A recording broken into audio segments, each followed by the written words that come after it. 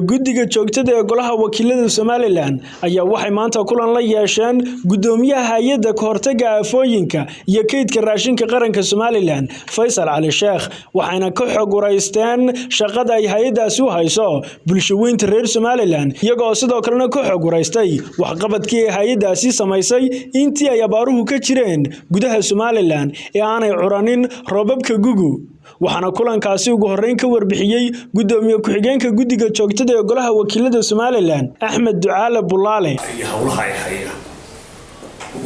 mas'uuliyad maanta waxa loo yimid guddiga ama komishanka ka hortagga aafooyinka oo madaxdoodu hogaaminayo maareeyaha Faysal Ali Sheekh kulankan maanta la yeelanay waqti hore noo qorshaysnaa ee waanu dhicin intii aan roobabka quran ka horba noo qorshaysnaa inaan u yeedhno guud ahaan waxaan ka wareysanay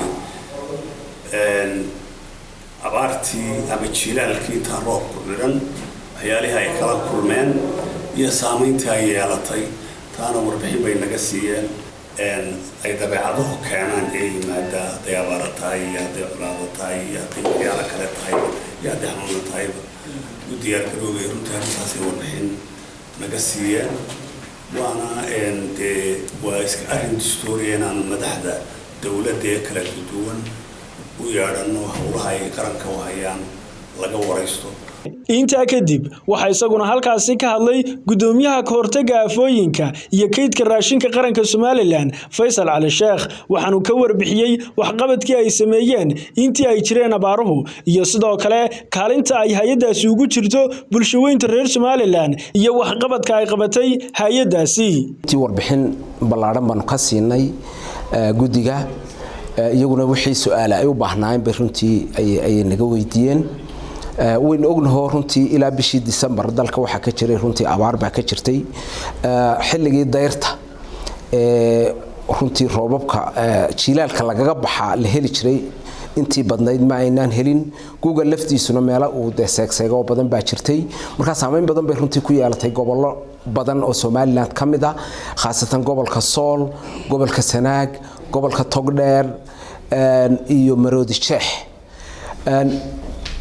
saameyn badan bay ku yeeshay marka runtii dad badan baa ay saameysay laba jeer baan runtii ayaan reports ka soo saarnay ama warbixin aan ka soo saarnay xaaladaha ay ku jiraan dadweynaha goboladaasi ku nool